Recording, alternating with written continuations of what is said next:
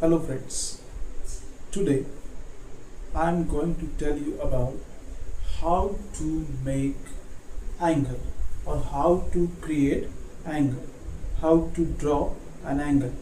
If you have a question in your exam, draw a 120 degree angle. अगर आपके exam में आपको एक सवाल आया कि 120 डिग्री वाला एंगल बनाइए, तो आप उसे कैसे बनाएंगे तो ये हम अब जानेंगे, यहाँ पे देखेंगे। एंगल ड्रॉ करने के लिए एंगल कब बनता है when two lines meet, that time angle create, or when two lines cross each other, that time angle make. Okay, जब दो लाइन एक दूसरे से मिलती है तब एंगल बनता है, ये हम सबको पता है। तो चलो देखेंगे कि इसको कैसे बनाया जाए। ओके, तो हम एंगल बनाने के लिए हमको ज्योमेट्री बॉक्स चाहिए। ज्योमेट्री बॉक्स के जो बहुत सारे टूल्स है उनमें से सबसे इम्पोर्टेंट टूल रूलर, स्केल जो हमारे कंपास में भी होती है, 15 सेंटीमीटर वाली स्केल होती है, रूलर होती है। And one more important thing is we require, that is protector.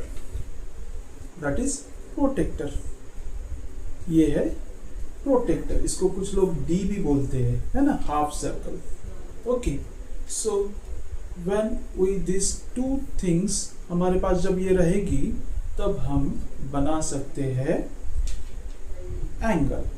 Okay, so let's see how to make a 120 degree angle. Okay, first with the help of ruler we draw a straight line.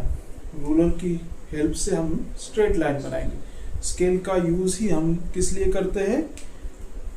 Line बनाने के लिए या line segment बनाने के लिए। Okay, so first take a point. After taking this point, we draw a straight line.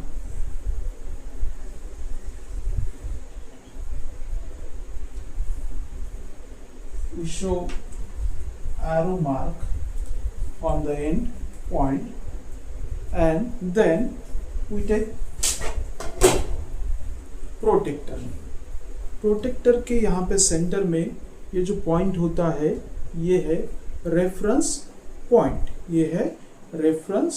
Point, और जो last वाली जो स्ट्रेट लाइन होती है उसको हम बोलते हैं बेस लाइन।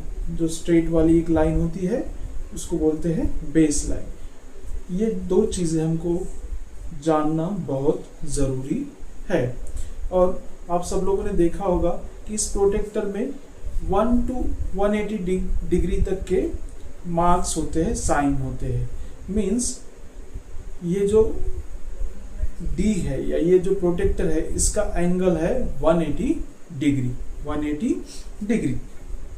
और एक 180 डिग्री मिलने से क्या हो जाएगा? पूरा सर्कल बन जाएगा, और सर्कल का एंगल होता है 360 डिग्री, और इसका हाफ करने से क्या मिलेगा? Right angle means 90 degree angle.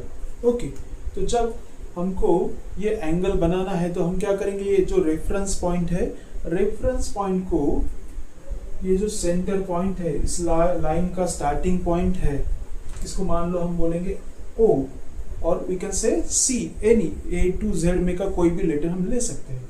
तो हमने यहाँ पे इसको नाम दिया है O। ये O पॉइंट के ऊपर हम ये रेफरेंस पॉइंट रखेंगे, और ये बेस लाइन के साथ हमारी नीचे वाली जो लाइन है उसको मैच करना है। अगर उसमें थोड़ी सी भी मिस्टेक हो गई तो हमारा एंगल क्या होगा? गलत हो सकता है। ओके, सो अब हमने देखा कि ये है एरो हमारा इस साइड से है, तो इधर वाला जो 0 है, 0 एंड 180, हमको दो नंबर्स दिखाई दे रहे हैं, यहाँ पे दो एंगल्स दिखाई दे रहे हैं। तो 0 से स्टार्ट करेंगे। जिस साइड में एरो है उस साइड के 0 से काउंटिंग स्टार्ट करनी। If arrow on this side, अगर इस साइड अगर एरो है तो हम इधर के 0 से काउंटिंग शुरू करेंगे। ठीक है, तो देखेंगे ये हमने रेफरेंस पॉइंट को ये लाइन के स्टार्टिंग पॉइंट पे रख दिया है जिसका नाम है O, और फिर 0 से हम काउंटिंग करेंगे। 0, 10, 20, 30, 40, 50, 60, 70, 80, 90। 90 मीन्स राइट एंगल, ये हम सबको पता है। ठीक है, देन 100, 110, 120। तो यहाँ पे हमको एक मार्क करना है, एक डार्क मार्क करेंगे।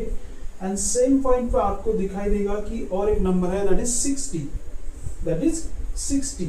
बट यहाँ पे हमको कंफ्यूज नहीं होना है, यहाँ पे हमको कंफ्यूज नहीं होना है। तो जिस साइड से हमारा एरो है उस साइड से काउंटिंग करनी है।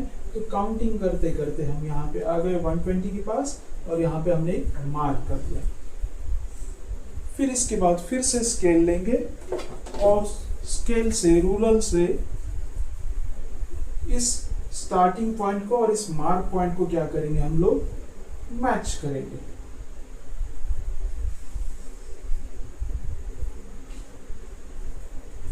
And after this matching we will get our 120 degree angle. 120 degree angle, 120 degree angle means कौन सा हो गया एंगल, ये राइट एंगल, एक्यूट एंगल और ऑब्ट्यूज एंगल। तो हम सबको पता है 90 डिग्री के ऊपर वाले जो एंगल होते हैं वो है ऑब्ट्यूज एंगल। 90 डिग्री से छोटे एंगल जो होते हैं वो होते हैं एक्यूट एंगल, और 90 डिग्री वाले एंगल को हम जानते हैं राइट एंगल के नाम से। ओके, तो आ गया आपको समझ में? Thank you.